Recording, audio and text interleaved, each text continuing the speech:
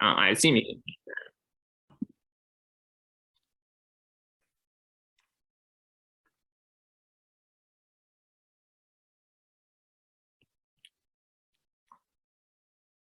All right, starting in three, two, one. This debate is retrospective, so let's start it in 390 AD, when Roman troops massacred hundreds of people in the Hippodrome of Thessalonica under the order of the Emperor Theodosius the Great. What followed, I think, is quite good to illustrate the particular harms of this, because the way that he atoned for it was by going to the great Bishop Ambrose, and it wasn't that he made any sort of meaningful tokens. He didn't offer any sort of reparations. He didn't do anything to heal the increasing divide between the eastern and the western halves of the increasingly splintered empire. What he did was he went in sort of penance, in self-denial, in fasting, very, very publicly, but it wasn't anything that did anything good to help. And this is sort of interesting in two ways, because one, it shows how it basically locks down any sort of helpful, constructive response to crises. Two, it shows the way that power brokers in religion, or simply religions as a whole, can use this to exploit people who are members of it. But three, it shows how this brings about the greatest harm in this debate, which is the fall of the Roman Empire. Very proud to propose two major parts to this speech. First of all, how it's worse for religion. Second of all, how it's worse for society. So it's worse for religion, especially. So I'm going to start this by talking about the spirituality of individuals and the way that that gets worse. We say that the way in which this practice manifests is it's designed to get in touch with some sort of transcendent divinity by basically denying yourself the pleasures of this world. So by denying this world, you become closer to a world that is beyond. We think that this is a flawed form of spirituality, and far prefer things like immanent spirituality, where you don't try and look beyond the world, but rather you look to the world in order to find God. You look to the beauty of nature, you look to the good nature of other human beings, you look to find God in all things. Personally, I find it easiest to believe in God when I'm well fed with a full belly in a sunlit garden and things are peaceful around me, rather than when I'm emaciated, rather than when I'm thirsty, rather than when I'm, say, ragingly horny or whatnot. And this is actually quite important, because basically we say that insofar as forcing people to try and seek out this transcendent form of spirituality, which is unavailable for many people, which is difficult to find, which forces many people to feel very satisfied, means that fewer people are likely to gain the benefits from religion, the benefits of consolation, the benefits of feeling that a life is worth living and that there is something in here that will outlast you, some sort of legacy that's worth striving for. And it's worth noting that the people who are excluded by these sorts of norms are people that tend to be on the poorer side in society, simply because if you are some religion that values fasting, if you are already starving, there's no real fasting that you can do. It's sort of like what you already are doing. And if you're wealthy, well, only then are you able to access fasting. But second of all, it's worth noting that those who actually, are part of religion are likely to gain less from that religion than otherwise, simply because, it's sort of it's quite easy to get enmeshed in these sorts of trivial practices where you simply do the routines of fasting, where say for the 40 days of Easter, of Lent, you abstain from eating meat or oils or whatever, because it distracts you from, the worthwhile things of the world. Sorry, I'll take a clarification from closing off. Yeah, you can't assert your counterfactual. You have to prove the likelihood of it, given that with or without this motion, almost all religions say God is after you die. How can you assert a counterfactual of you can find God otherwise? Because that's a pretty large part of many great religions right now. And insofar basically as fasting is something that more strongly emphasizes that sort of transcendent aspect of religion, we think if that goes, simply by default, it's the imminent stuff that's slightly more emphasized. Of course, it's not this huge, immediate sort of everything's imminent now. Rather, it's just a sort of comparative shift. The other way in which this is worse for religion is the way that it's bad for institutions. And basically, this comes in three flavors. First of all, it pushes away people who could be good for those institutions. We think, for instance, the celibacy and poverty requirements of being a Catholic priest means that many people who would be very good religious leaders for their communities decline to join the Catholic Church, and the Catholic Church is worse for it, as are the communities that it serves. Second of all, it makes these organizations less able to create social change insofar as they encourage, separating yourselves from the world. So insofar as, say, Buddhist monks live in monasteries far away from society, and Christian monks live in cloistered societies that do not try to influence the rest of society, that is bad for society, because there are people who have devoted their lives to doing good have devoted themselves to a worthwhile cause, who are simply not doing anything to solve the very real problems that exist in society. And third of all, it means that if you have, say, a secularizing society or a society that is becoming wealthier, it makes it far more likely that they simply drop all aspects of spirituality, because spirituality is associated with lean times, associated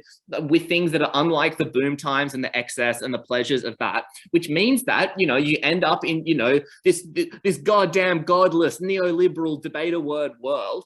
And that means that many people miss out on the benefits of religions. It discriminates against people in certain ways and locks many people out of the benefits that a religious life can bring. Second of all, why it's worse for society. We say, first of all, it is especially bad for the poor, because what it does is it basically aestheticizes suffering in a very nasty way. And what it does is basically, it says to the rich that poor people live this kind of like really weirdly virtuous and like beautiful life, when actually it's just like a struggle and things aren't at all fun. And we think what this means is, it means that religion is basically invoked as a way for people to refuse to confront the horrors of poverty as they exist in many countries. It eases the onus on the state to solve the problems of these people, because they are seen as being these sort of virtuous rustics who are simply doing as they are and are being sort of like holy and virtuous, rather than the victims of horrible policy and the victims of landed elites. And we think that in the counterfactual, there is probably stronger norms of things like almsgiving, because insofar as, say, a religion might emphasize something like self-denial, with this norm of, say, like of self-denial of like celibacy and stuff in place, that direct that energy toward things that are sort of dead end, like for instance fasting or whatever. But if a religion demands some sort of sacrifice, it's far more likely that a sacrifice is going to be something like you giving up something for yourself, not simply so you like become closer to the realm above, but you give up something to help others. And so we think that there are stronger cultures of almsgiving, stronger recognition of problems that do exist, and that's why things are likely better for the poor on our side. But second of all, we say that the way in which these norms of, say, celibacy and stuff manifest is in a very problematic idea of enforcing an idea of purity in order to create an in-group and an out-group. And we would note that ideas against excess were never really invoked against the nobility, except for like the political purposes of other members of the nobility. Most often they have been used to shame women who like flaunt the like sexual norms of their time, people who simply love who they will. And what this does is it isolates the people who most need to be included. It pushes away the people who most require religion. And that is why this is something that is so horrible for religion. It pushes away people who need it. It isolates the needy. And that is why we're so proud to propose. I thank the Prime Minister for that very kind speech, and I call upon the Leader of the Opposition to open the case for off-bench. Hear, hear.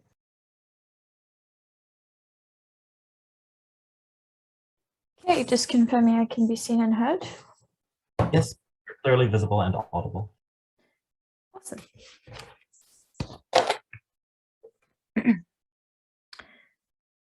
It's all well and good for Mark to say that people ought look at the world and to the other people around them to see the face of God, but often you and I and they will find themselves blinded by rage, will find themselves blinded by lust, will find themselves so resentful of their present conditions that they simply cannot see that their life is beautiful. Because this was not about telling people that poverty was beautiful. It was about telling them that poverty was noble and that there was something good in denying something for yourself. We would say this often goes hand in hand with altruism, noting that when they want to talk about almsgiving being a central tenet of the exact religions that currently practice this form of self-denial. I'm thinking of Christianity, I'm thinking of Islam. That was a good thing for the world. It was a good thing for social cohesion. And I think it's very telling then that the religions that survived this were not in fact Roman polytheism, but they were those religions that had a central tenet that allowed for better altruism, that allowed for better cooperation, and that allowed for better social order. Firstly, I'm going to talk about what this actually looks like. Secondly, I'm going to talk about the development of legal codes and the development of social order for the betterment of everybody involved. Thirdly, I'm going to talk about encouraging collective altruism. On what this looks like, I think in the most extreme of instances, yes, this looks like monks and this looks like holy men cloistering themselves away from society, practicing extreme forms of self-deprivation, joining priesthood, that kind of thing. But I think secondly, because religion is not just something that is practiced by people who practice it for their entire life, it is obviously something that disseminates values to the point where, for instance, I would say the majority of human beings have a self-sacrificial instinct. We'd see that affirmed in research. We see that affirmed in our day-to-day life. Why is it the case that people give money to charity? Why is it the case that people will jump on train tracks to pull up people who have fallen, even though it is a risk to their own well-being? This all filters down. It's trickle down morality, except this one actually works. And it appears to be a really core part of what it means to be human. And it seems that this is a really core impulse that people have. And perhaps at the beginning of time, it was one that we could not attribute. And like lots of impulses that we could not logically attribute, we assigned them then to religion. And we said, well, this impulse is good. It seems to be doing good things for the world. I will assign its value to religion. But I think thirdly, when it looked like celibacy, when it looked like revoking decadence, as much as it looked like those things, I also think it looked like pacifism. Look at the modern iterations of say straight edge ideology, and you will see an extreme emphasis on pacifism, because violence in a lot of the times was a cathartic pleasure that people indulged in and often overindulged in. It was, a pleasure to take justice into your own hands and bash your neighbor's head in for stealing your cows. It was not a pleasure to go down to the local magistrate and have that problem sorted out legally, but we were very glad that people exhibited self-restraint in that respect. We'd say that self-sacrifice right now for some higher good was a good thing, because people couldn't always conceptualize of the great unknown that was some greater purpose or consequence in the future. Given that, people couldn't necessarily conceive of, if I deny myself this simple pleasure now and give food to somebody else, or do this, how will that pay off in 10 years' time? People couldn't always conceive of that. So we would rather them assign it to this great unknown or this great holier, higher purpose, because we accepted that those things were socially utile to do. Noting that none of this would have happened if it were not a central facet of religion. That is not just something that you do for penance, but something that is encouraged every single day of your life. Something that is considered holy all the time, not just something you do after massacring a lot of people, although that was a pretty fantastic intro. Next then on the development of legal codes, because I think this is a huge basis of just people's concept of social contract at all. The idea that I will give up something now in return for something that I cannot conceive of and I cannot touch, even though giving up what I give up in return is of material significance to me. I think it's why you find people overwhelmingly willing to pay tax or tithe in religious associations. It's why people will cohesively act in those ways. But I think secondly, many early legal codes especially were inextricably linked with religion, noting that the common law system of England and the civil law system of Central Europe were certainly two of these things. And again, it was the denying yourself either the pleasure of committing a crime or the pleasure of taking justice into your own hands, noting that taking it down to a local judge was a more socially utile thing to do. We accepted that all of those things were good. Again, these are all things that followed along with this being a central tenet of religion. I'm going to talk about collective altruism in a minute, but in the meantime, I'd love to take a POI from closing.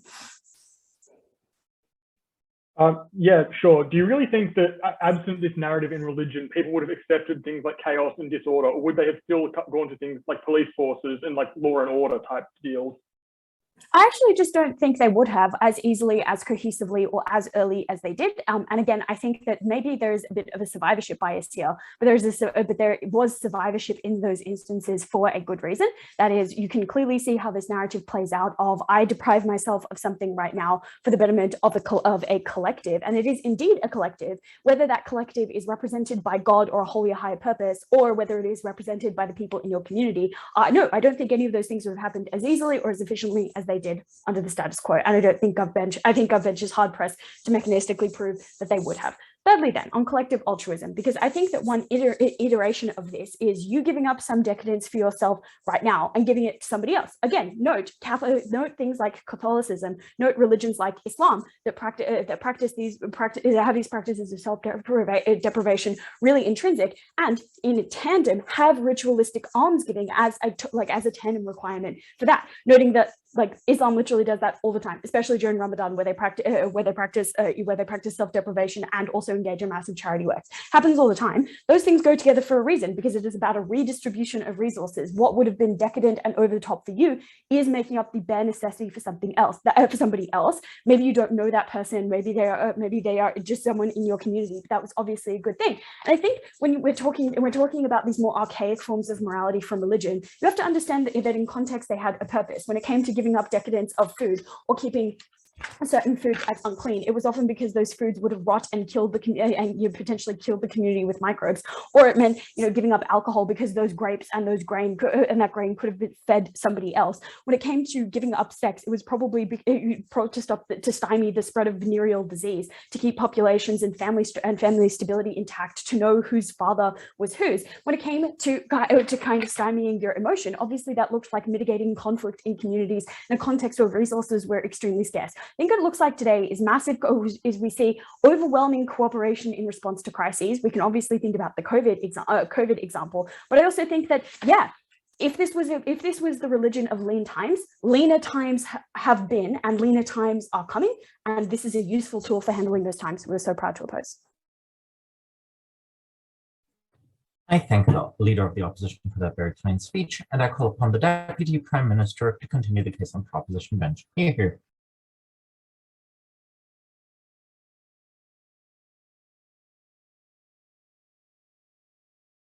Great, can I be heard? You can indeed be heard. Wondrous. Let me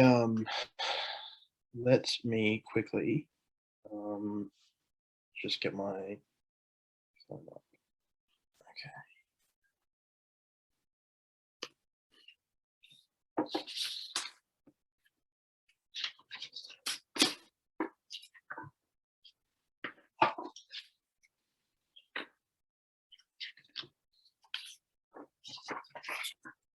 All right. I'm going to start my speech in 3, 2, 1. I think the problem with the case you just heard was one of those classic things that can happen in debates like this, where teams kind of point to good things in the world, like altruism, and then claim that their side of the debate is the thing that is causative of that good thing, and then therefore kind of, try and claim a harm or a benefit off the back of that. The truth of it is this: while it would be convenient for both teams to claim that their various version of kind of tradition, like religious tradition, would be literally responsible for altruistic impulses, the answer really is, the altruistic impulses are probably much, much older than like the kind of established religions that we're talking about. They're probably very, very, very deep in kind of the, human beginnings in small hunter-gatherer tribes, and needs to come together and work together in order to be able to overcome particular challenges and whatnot. And realistically, this debate is not necessarily about like, well, we get to defend almsgiving and you guys don't get to defend almsgiving. So what is this debate about? As Mark explained, the counterfactual here is really about a reprioritization of tradition, of the way in which these traditions operate.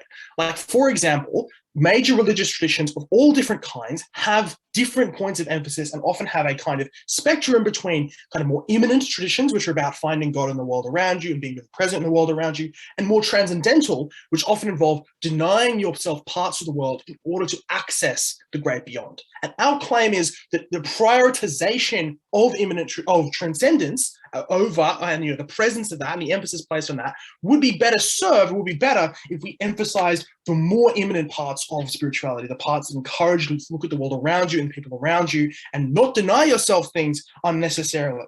So let's now work through what the opposition say in response to this. The first thing I think I want to point out, and kind of an additional observation I make about their point, about their case, is this sort of, again, is this question of kind of like almsgiving, kind of altruism in general. We think the question here is not whether or not this norm is responsible for humans' altruistic impulses, as I've already flagged. We think it's about the way in which those altruistic impulses are channeled. Like, consider, I think in more transcendental religious faith traditions, you're far more likely to see people say, well, I will go and fast on behalf of someone. Or you will see large dedicated orders of monks who live incredibly ascetic lives while also kind of owning a lot of land and potentially consuming a lot of resources and that sort of thing. And they'll live very, very ascetic lives, in order to kind of like touch the great beyond and to do it on behalf of other people.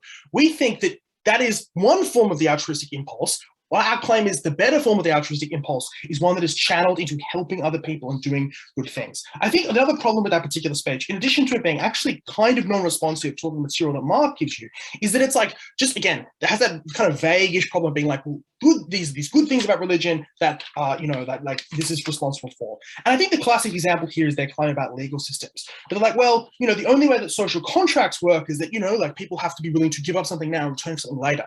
That's probably just bargaining, right? And the fact that people have to bargain when they live near around each other. And it's been around in many, many different places. Like lots of different states had legal codes, like non-Christian. In fact, our legal code, a lot of it comes from non-Christian Icelandic traditions, which were like not at all, primarily aesthetic. For example, the Aztecs had, well-developed legal codes that often had the ability to make contracts and whatnot. Not really clear why self-abnegation and asceticism, we're talking about real fasting here, right? Not really clear why that necessarily has much to do with the development of particular legal codes. We think that's far more historically contingent and just far more historically complex and probably driven by, like property formation and different things like that across time. We think it's unlikely that this particular norm played an enormous role in that. I'll take a point of information from OO before I move on.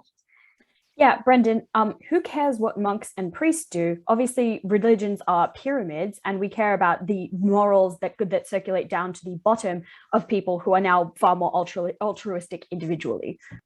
Perfect. That's a great point. And that's really what Mark talked about, that we didn't receive much response. Like, firstly, for example, he explained that how on an individual basis, not having to deny yourself things to make yourself feel more holy is actually far more healthy and breeds a far better relationship with religion. You don't feel so wrong all the time. You don't feel like you have to punish yourself for purity. But the other thing that Mark notes, again, to very limited response, is the way in which this, in particular, this damages the institutions of religion, right? Like, for example, it becomes hard. Like once people start leaving a religion, especially that religion has a lot of kind of harsh kind of self-abnegation elements to it, it becomes very easy. Like it becomes really much quicker cascade of people leaving if it's quite hard, right? As society secularizes, and you probably get a slower sort of descent out of religion under outside of the house. More people get access to religion, which we think is quite a large benefit. We also think, though, that things like celibacy requirements actually often breed silence and like kind of silence that sexual abuse and networks of cover-up of sexual abuse often occur, right? Because like you can't talk about the fact that you might want or have a sex life because it is so verboten. So what you do is you hide it, and that breeds often quite toxic dynamics within religious life and drives people away. It's bad for these institutions and bad for their reputation. We like religion. We want people to engage with it. The second thing we tell you, though, is that it is often a product of the particular structures of power and authority within these religions, right? We point out that this kind of asceticism is often used, right, to help control people. If the leader says you have to do this, it's quite a hard task. Some people fail. And then the religious leader says, look at these people. They are not strong enough. They are not part of us. God does not trust them. We must, strengthen ourselves and purify. And you must listen to me more and more. It's a very common technique in building that strong sense of in-group, out-group that is actually often quite toxic to the more vulnerable members of the community. And in particular, it's particularly targeted at women. Like the people who've had to practice this the most, right, have been women. And Conna was like, well, maybe the reason people gave up sex was because of the desire to, desire to prevent venereal disease. Like maybe. I think it was far more about the fact these religions were enormously patriarchal, and asceticism was a good way at controlling people, access to sex and controlling women and locking them into relationships and preventing potentially full sexual expression. Now, obviously, we're not claiming again that our norm necessarily solves patriarchy, but I think you could really plausibly argue that in a world where virginity and purity is not as so strongly fetishized, you might see a significantly different kind of relationship. People may have a far more healthy, far more normal relationship with that kind of thing. Thirdly and finally, we think, and this again, no response, is really used for political purposes. I think Conna herself gave it away. They were like, well, poverty will be seen as noble. That will help people feel better. That is exactly right. It legitimates the ancien regime, right? It tells people that they are noble and that their place is legitimate and it is the way that God wants it to be. And when the leaders perform the ascetic kind of virtue signaling of, hey, I fast as well, it legitimates the old regime. So if you want to talk about large possible impacts in this debate, I think it makes it harder to fight poverty. I think in the long arc of human history, it makes it easier for local landed elites to entrench and control their population. And overall, it leads to a far worse ability for people to engage with a very important and useful and holy thing, which is spirituality. Incredibly proud to propose. I thank the Deputy Prime Minister for that very fine speech, and to close out the top half of this debate, I call upon the Deputy Leader of the Opposition. Hear, hear.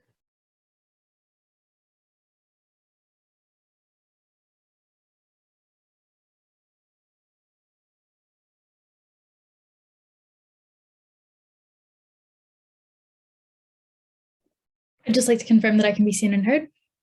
You're both visible and audible. Love it. All right.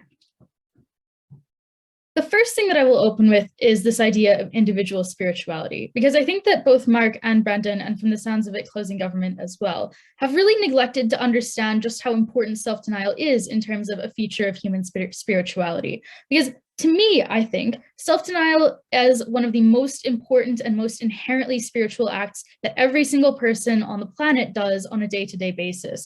Every single time I think that you deny yourself some sort of impulse, you deny yourself the desire to be angry and to yell at someone, you deny yourself the desire to eat outrageously luxurious food, you deny yourself money in order to give it to a homeless person on the street, or even more importantly, to a charity. I think that that is a constant reminder to yourself of who you are, of the fact that you are something more than just a base animal, of the fact that you have a soul, that you have a moral compass, that you have something that distinguishes you from the beasts on the earth. And I think that is probably one of the most powerful features of individual spirituality, and something that we absolutely ought not regret, but it was something that everyone could access to a degree, and something that now is so deeply inherent that most small children at the age of about 3 and 4 years old are able to understand that it is good to give their toy to their friends sometimes, and it is good to deny themselves that pleasure. So if you care about individual spirituality, I think we are clearly taking this debate.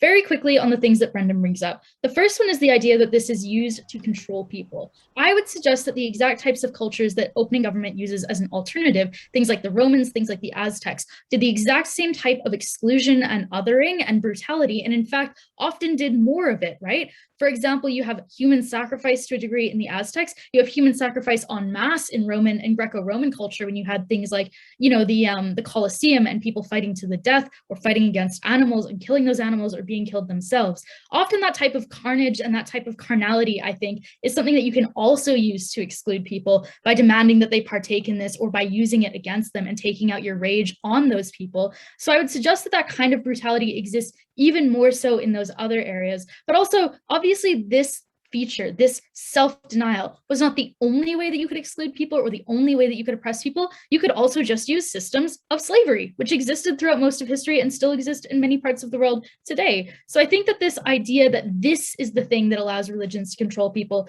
does not really make much sense or stand in this debate. They would probably just resort to other things that other cultures and other religions have resorted to in the past, do still resort to in some areas of the world today. The second question then is about this sort of chicken-egg dilemma of altruism, where Brendan suggests that altruism is some ancient impulse and it would exist no matter what. But the important thing to understand here is that it is not our claim that this tradition caused altruism to exist. It is our claim that self-denial, which is in our eyes synonymous with altruism, because in order to be altruistic, you must deny yourself something to give it to another.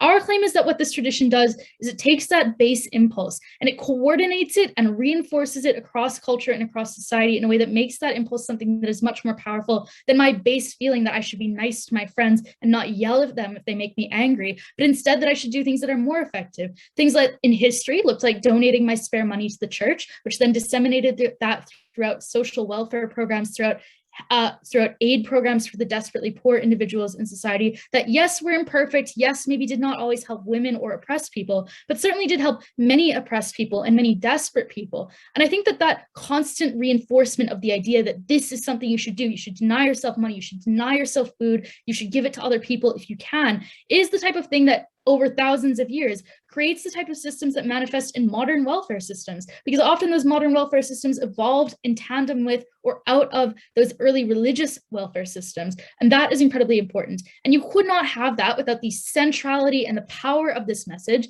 that you need to do something that is as big of a sacrifice as giving up 10% of your income, or as big of a sacrifice as, you know, going a little bit hungry, not desperately so, but a little bit so, in order to give food to somebody who is starving instead. That is incredibly powerful and something that needs to be reiterated throughout society, I think, in order to get this type of impulse and this coordination of the impulse in a way that is more effective than me being nice to my friend, but instead me giving my money to a greater organization that can efficiently disseminate that across society. All of that, I think, is incredibly powerful. The counterfactual in this debate is probably something like, this remains a weak imperative that we feel this base impulse to be altruistic, to be nice to people, but we do not necessarily have the impulse to give our money to a coordinating body like the church or like the state, we do not necessarily have the impulse to give up as much of our time, as much of our energy, or as much of our resources, which seems pretty bad to me and seems like it would hurt a number of people who were oppressed throughout history, people who were not able to work, people who were on the streets, people who were oppressed for a number of different reasons and who benefited from this aid. Again, it's imperfect. It didn't help anybody. Sometimes the church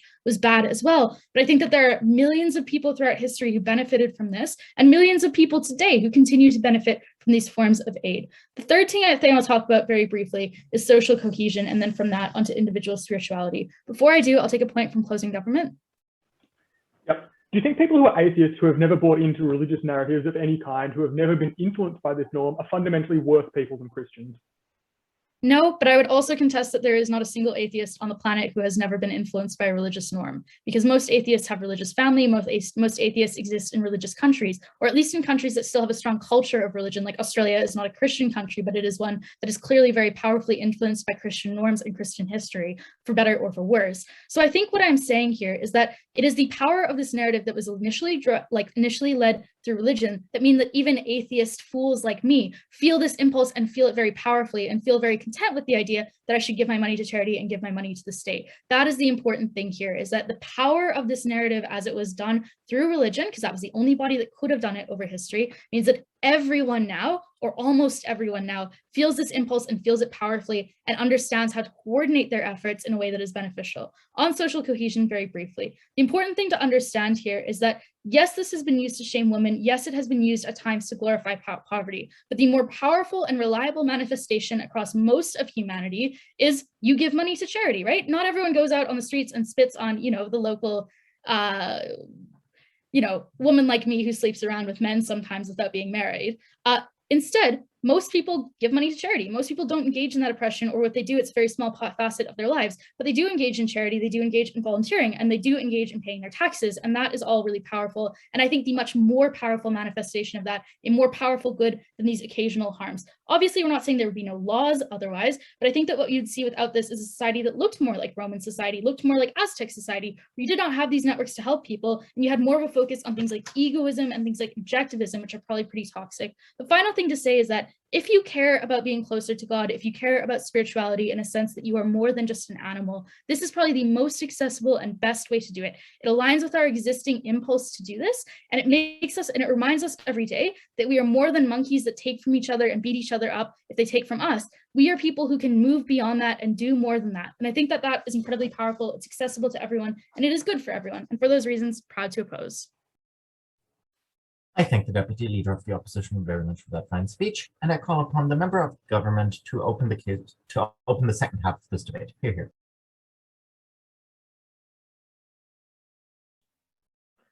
Cool. POIs in chat, please.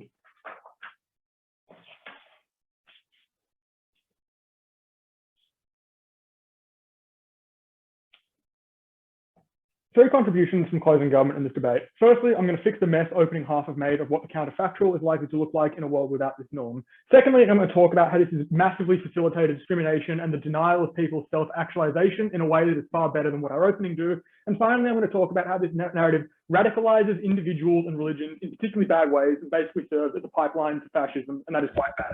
Firstly, in terms of the counterfactual, I think the most important thing to note, particularly dealing with opening opposition's case, is that self-denial is just literally not a necessary narrative to have things like charity. Like, there is a reason that the United States, the most open, rampantly capitalist, consumerist, individualist, do whatever the hell you want with no consideration for other people's society on the planet, is in real per capita and income adjusted terms the greatest and most generous source of donations to charities in human history on the planet. Like, clearly there is no correlation between those two things. But secondly, there are just incredibly strong social pressures, even in the counterfactual I'm about to describe, to suggest that probably spending all of your money on yourself and not giving a single shit about other people will still make you bad, because presumably people still live in communities, they still presumably care about people around them. Even on a more selfish level, they presumably care if there is a high degree of poverty leading to things like crime, leading to things that would directly affect them. So even from a very selfish perspective, we just don't believe people have no incentive whatsoever to care about other people. Any harm there is incredibly marginal. OO do very little in this debate.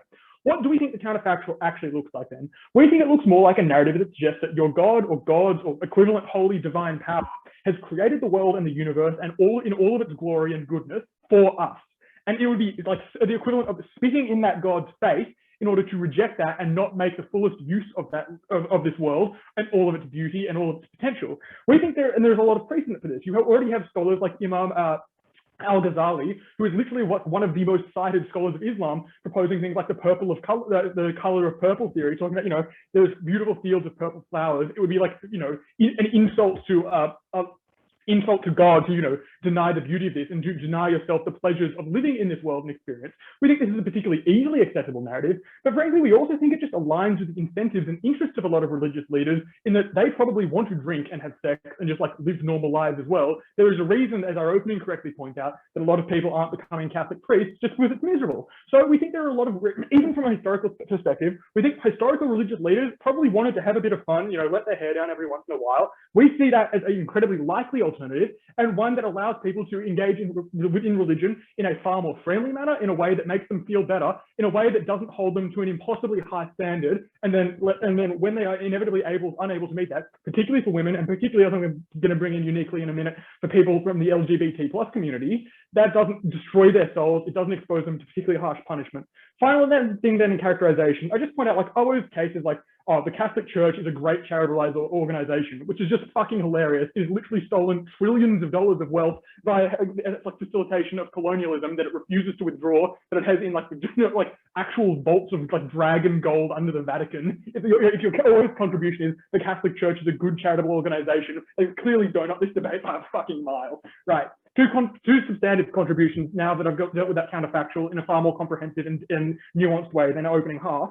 Firstly, why does this deny people self-actualization and legitimize discrimination in far more detail than opening? I think it's important to note in terms of context, lots of people are born into religious contexts that has financial and societal and familial pressure on them to remain within that religion. Often there are state religions where it is incredibly difficult to not be a member of that religion in places like, North Africa or the Middle East, for instance, are like obvious examples. And people will often just be unaware of alternatives. They don't have particularly good education. They don't have access to a lot of free flow of information, which means from the get-go, they are often required to opt into these religions with these built-in narratives inset that are irreversible within those religions, which means you are fundamentally denying people the agency to opt out of those religions. That means, importantly for this debate, if we can just prove that these narratives are particularly harmful, it amplifies all of the harms that opening give in a far better and more individually focused way. But I'm also going to give some new unique harms now. I think there are broadly four. Firstly, it denies people self-pleasure. It just makes their lives miserable. It means you're unlikely to want to try new things because that is seen as decadent and over the top.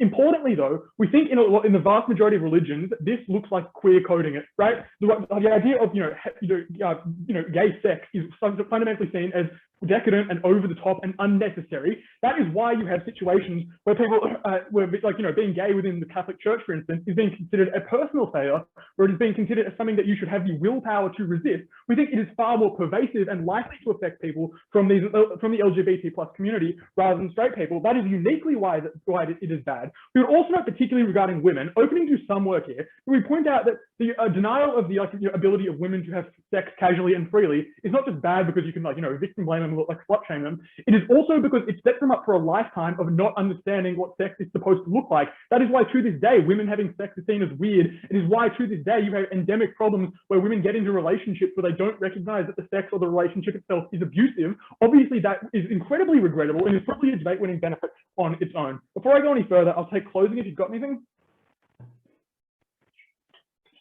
No, opening.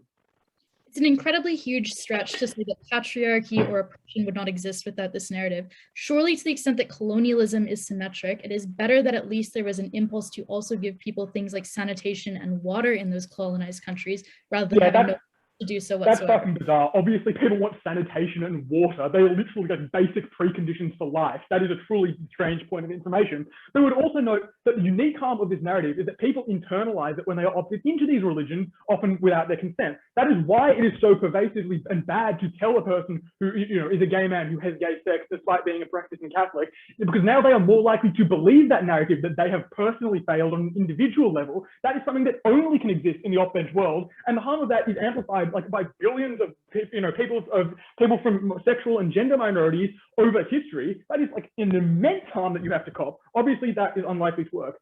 But we would also note that the punishments are likely to be nuts when you fail this, because this sort of narrative encourages things like radicalism and things like self-flagellation and being holier than thou and purity. That is why you have things like splinter groups and radical fringes within churches increasingly growing. We would also say that this is particularly effective in isolating marginal people because they don't want to go out and seek other members of the community because they are shamed by the fact that they have failed this norm and narrative.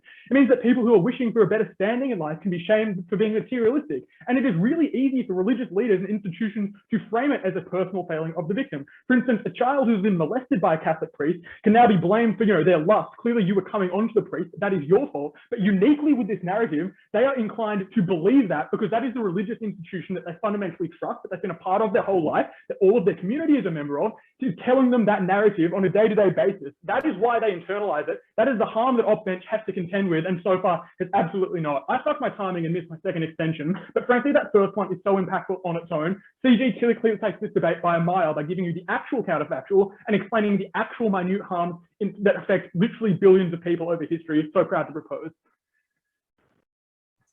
I thank the member of government for that very fine speech and call upon the member of the opposition to continue the case for Opbench. I would also like to ask that speaker to verify that they're still comfortable with recording or indicate otherwise in a different case. Hi, can I confirm if I'm audible? You are indeed audible. Yeah, I wouldn't want to be recorded. Cool. I thank the member of the opposition for that very fine speech, and to conclude this debate on said proposition, I call upon the government with hear.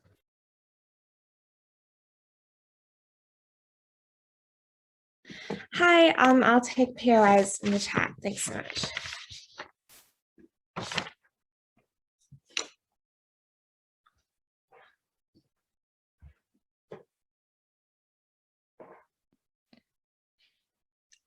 And I'll start my speech in 3, 2, 1. The narrative of self-denial does not tell poor people that they should be hopeful or that something will be better or that they can climb through the social ranks to improve their situation. What it does tell you is that if you are a poor person and you walk into a church, the best thing you can do that would make you the closest to God is to take the remaining coins you have and give them to the church and use them as alms. That is because the act of self-denial does not discriminate between class or the amount of money you have. In every situation, religion has been telling people that they should give up, that they should actively make their lives worse, that they should decrease the bare amount of utility that most people strive to get in their everyday lives. In the end, this has all been to the aim to preserve, the dominance of organized religion, and has certainly not been to anyone else's benefit. 3 things in this speech: firstly, responding to CO, then OO, and then whipping our material and proving to you why it is clearly debate winning. Firstly, on CO, they tell us 3 things. The first thing they tell us is that people act selfishly when they're not denying themselves and unhappy because of this. 3 responses here. Firstly, it is just not true that you spend all your money on yourself anyway. I am not religious and I do not practice self-denial by any means, but obviously I will still donate to charity and help other people. It is not true that if you do not deny yourself, you are selfish. Sorry, you are necessarily selfish and unhappy and spending all of your money on luxury things. But secondly, being a religious person obviously teaches you that others matter, and you still learn all the other lessons in the Bible about helping your neighbor and people who are, more vulnerable than yourself. That is obviously positive and teaches you to live in a fulfilling way. But thirdly, in their very best case, in our very worst case, there are selfish incentives for people and for governments to make sure there are not high rates of poverty and high rates of crime. That looks like things like redistributing. That looks like things like setting up charities and giving a charity to try and decrease poverty in your neighborhood. Clearly, this is not something that would actually happen. The second thing they tell us is you get priest accountability. This is laughable. 3 things to say here. Firstly, and they preempted this, but I think it's a fair response, which is that priest sexual abuse literally happened in your world. Clearly, whatever benefit you're trying to prove is not working. And I think at best is incredibly marginal, if not non-existent. I cannot imagine in what world priests could possibly be worse behaved. But secondly, also, the problem is symmetric under both sides, which is that people don't have the power to call out priests because priests can just ignore them and people aren't listened to. Notice on our side that is worse because that means victims of sexual abuse by priests and survivors can be victim blamed and be made to feel bad about wanting sex or the way they live their lives. That is a weapon that the church has uniquely on their side. But thirdly, also, there is no benefit of a priest self-denying because like they can also just be a good person instead of this. For example, we also criticize our politicians when they spend too much money or public money or live too luxuriously, but we don't expect them to deny themselves. This is just the public calling out people in other ways. So it is unclear why this is linked to a contingent on self-denial. The third thing they tell us is that you feel more valued, and this provides hope.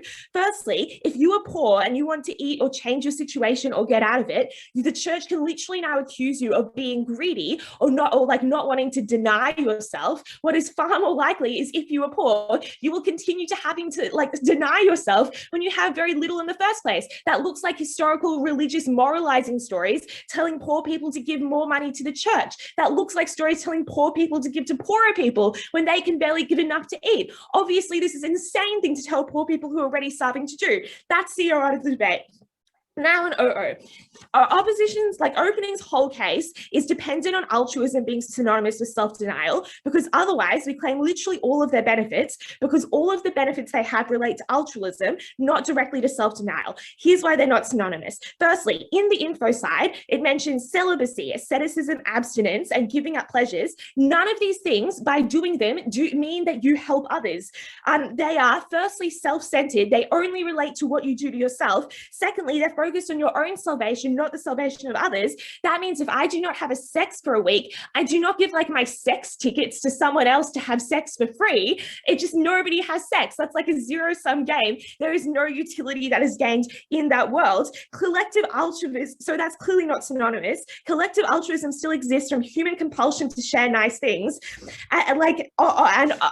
For example, you do not give your lunch to the kid who has been bullied because you feel like you should give up your lunch because you do not deserve it. You give it because you want to help that kid that's been bullied and you want to make them feel better, because that is because empathy is a natural human instinct and a natural human emotion. Your first thought is never self-denial, is that it is about helping others. OO is out of this debate, and all of their benefits about altruism we obviously still get on our side. But as Sam tells you anyway, organized religion is just not very altruistic. So I think this benefit is pretty tiny. It's pretty hard to care about in this debate. And that becomes especially true when I now tell you every single thing we have brought you in this debate and why God, it is just clearly so important.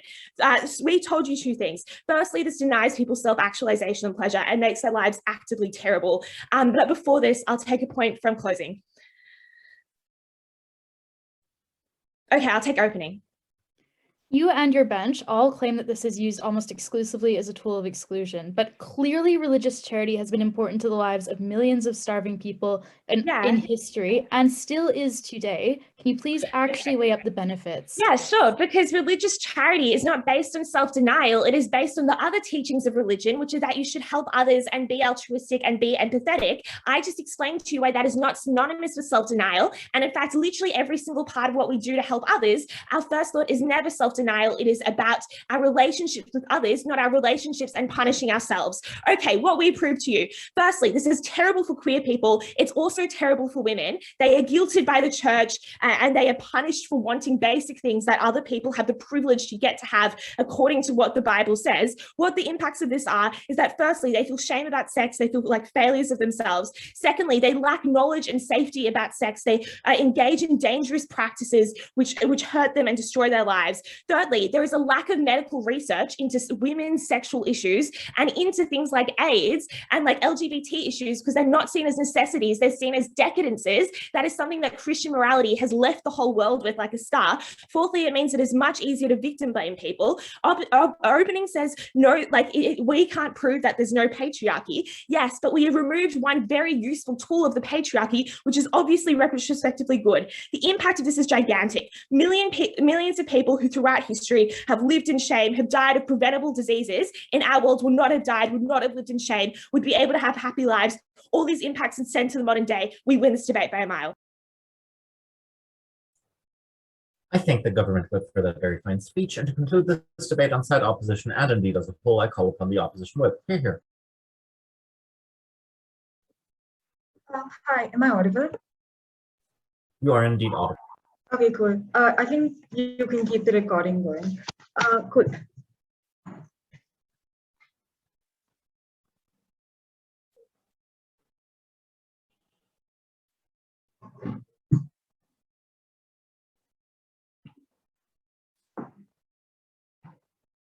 Okay, cool. Starting in 3, 2,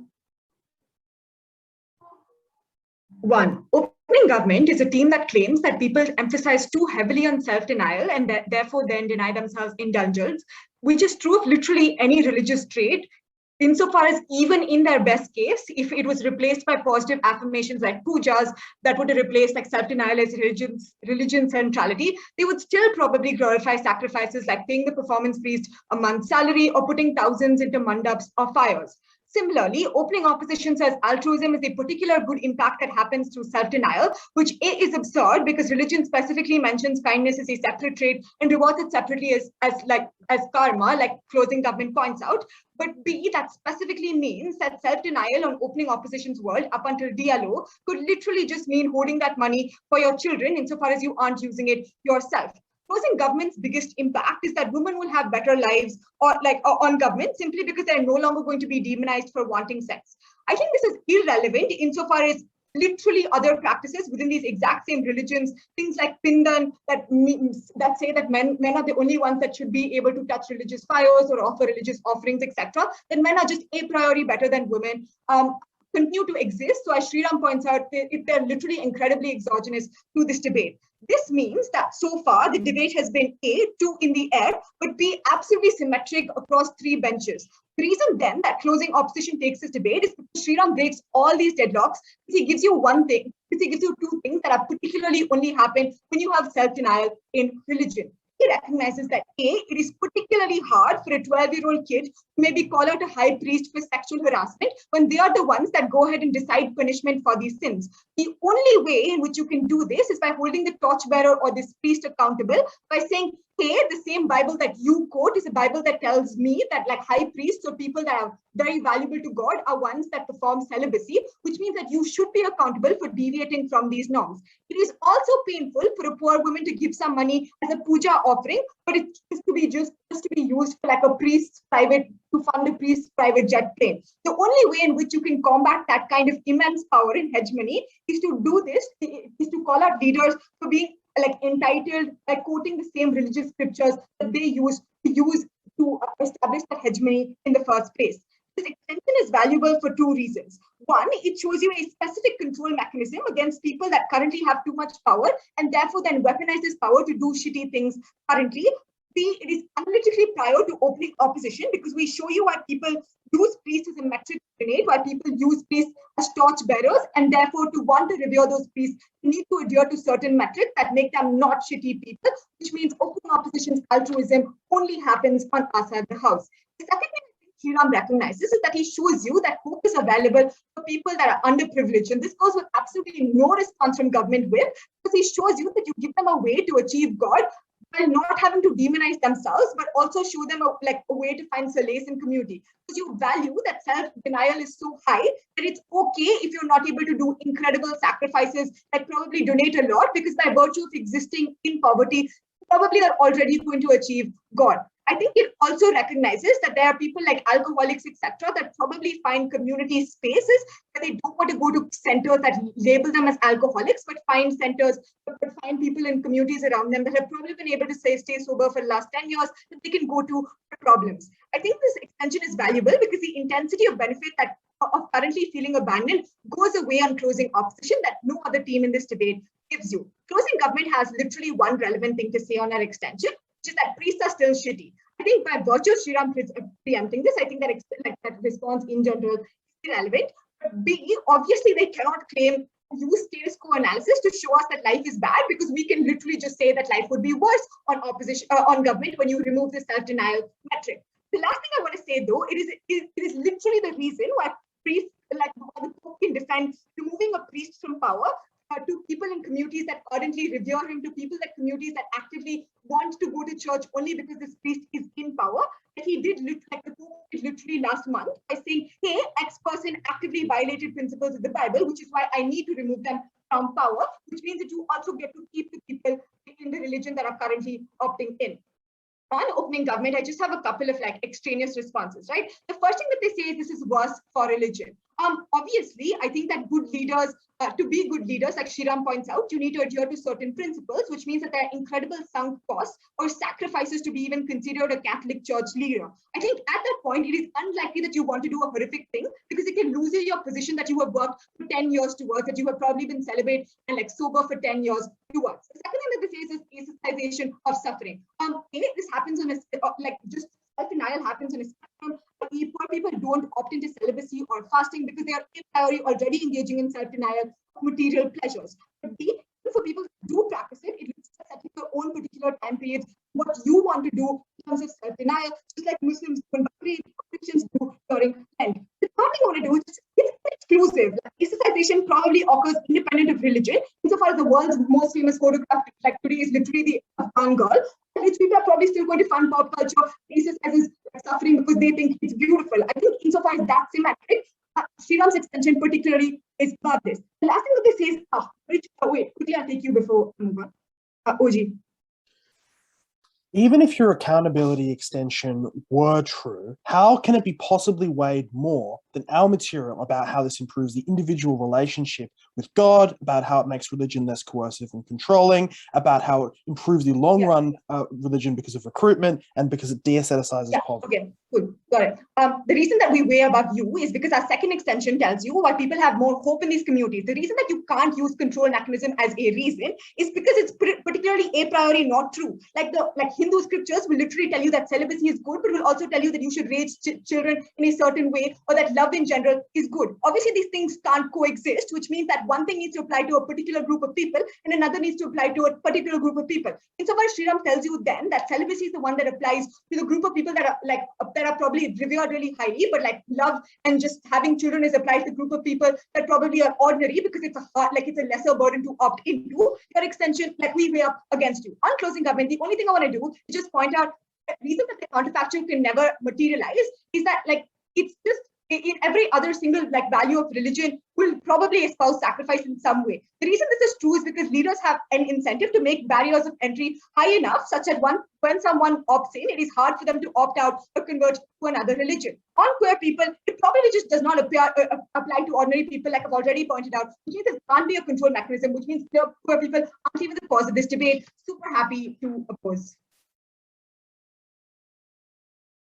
I thank the opposition for that very fine speech, and indeed all speakers. I assume that there is a breakout room for panel.